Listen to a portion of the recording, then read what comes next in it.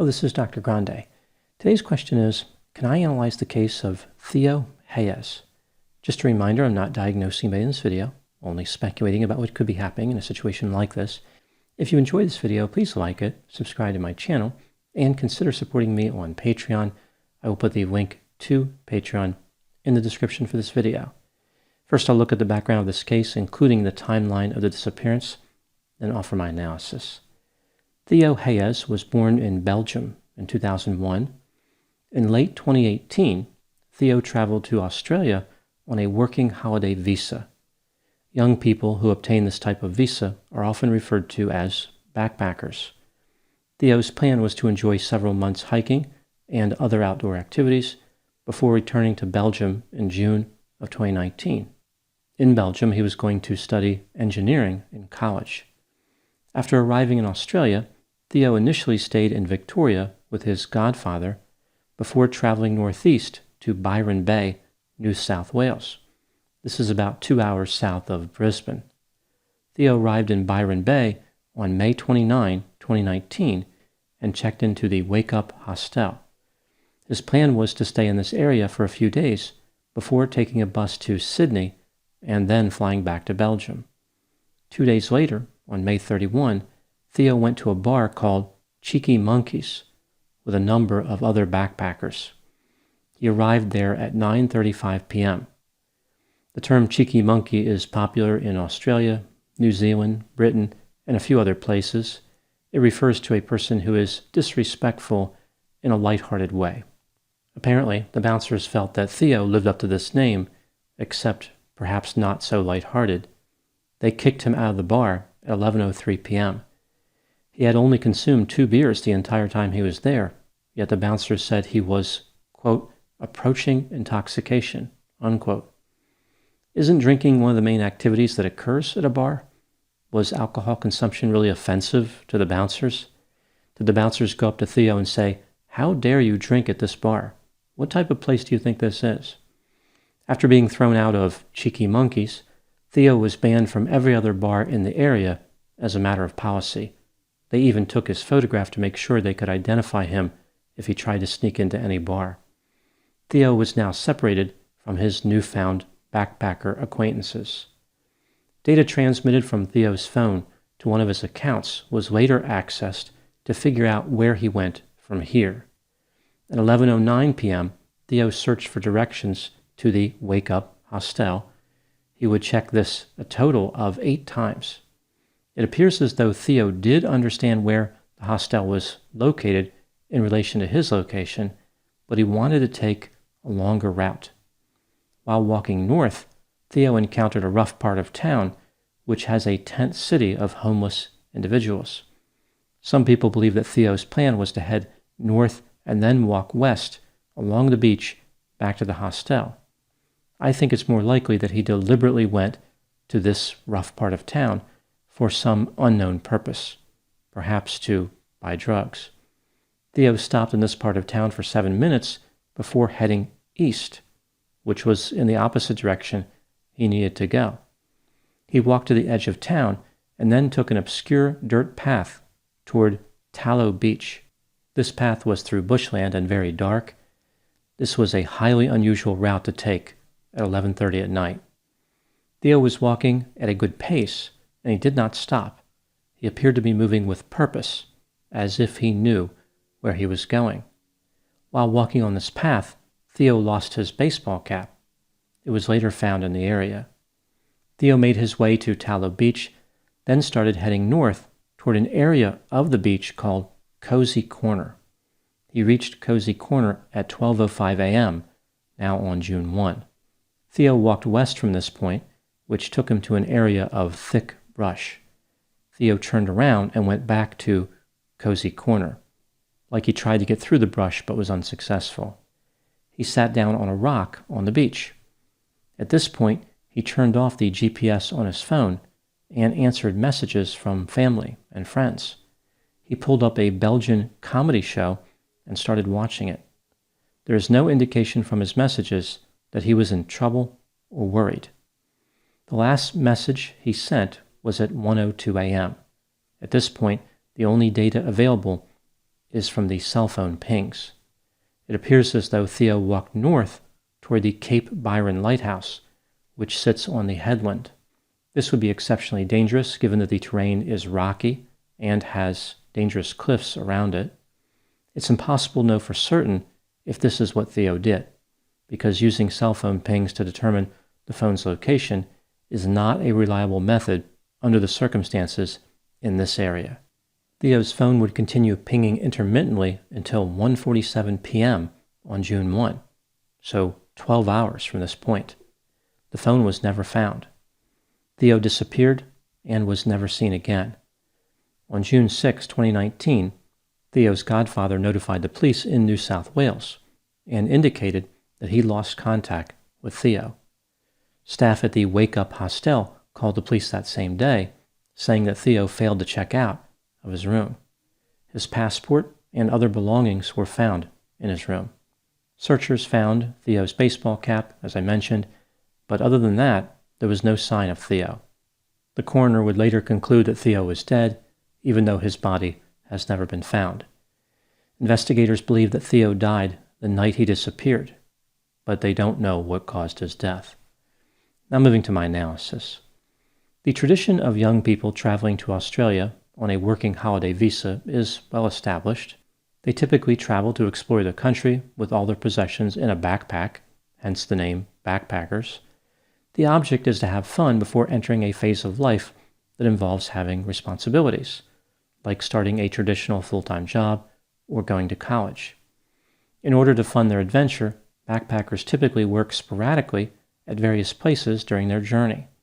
Their earnings are taxed at a very low rate, which makes this adventure attractive to them.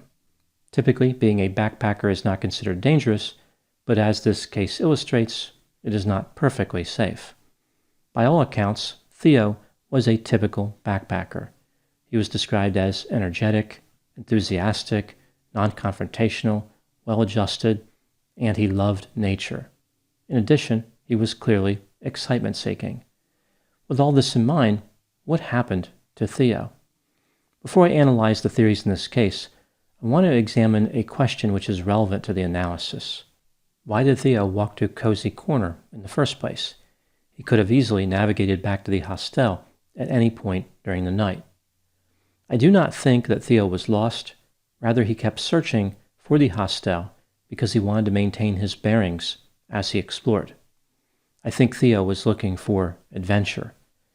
The bouncers at Cheeky Monkey's may have believed Theo's night of partying was over, but Theo had something else in mind. When he stopped in the bad part of town, he was there for about 7 minutes. What was he doing? Was he speaking to somebody? Or, as I mentioned, could he have been buying drugs? When he resumed walking, he changed his direction. Now he was headed east toward the beach. Was he accompanied by somebody else that he just met? Cozy Corner is known for having parties. There wasn't one there that night, but maybe that's what Theo was looking for. Maybe a companion told him that he could find a party there. Theo never searched for directions to Tallow Beach, yet to get there he followed an obscure, somewhat hidden path in the dark through thick brush. At some point his hat fell off. Theo inexplicably left it behind. It makes me wonder if he wasn't following someone to the beach and that person refused to stop. Like Theo did not want to fall behind, so he just left his hat on the ground. There was a small camp maintained by a homeless person out in the bushland between the town and Tallow Beach. Theo maneuvered around it as if he knew it was there, but there's no reason to believe he could have known it was there if he was alone. Not all the path was on the map, and I doubt that the camp of the homeless person would have showed up as an area of interest. Tourists sometimes go out of their way to find esoteric and unconventional destinations, but I can't imagine anybody visiting Australia would say to themselves, well, I would like to see the Great Barrier Reef and the Sydney Opera House, but I absolutely must visit the camp of the homeless guy in the bushland at Tallow Beach.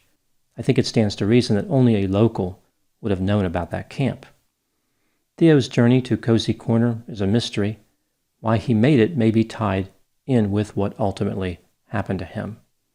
With that in mind, let's take a look at the four main theories in this case. Then I will rank them from most to least likely. Theory number one is that Theo disappeared to start a new life. This is always a possibility in a missing person case, but very few people ever do this. It is exceptionally difficult to remain unidentified and live off the grid, especially in a foreign country. In addition, Theo's life was going well. Why would he want to leave all that behind? He was looking forward to potentially exciting and fulfilling experiences, like going to college. In the last message that Theo's mother received from him, he indicated that he was looking forward to returning to Belgium and having a welcome home party with his friends.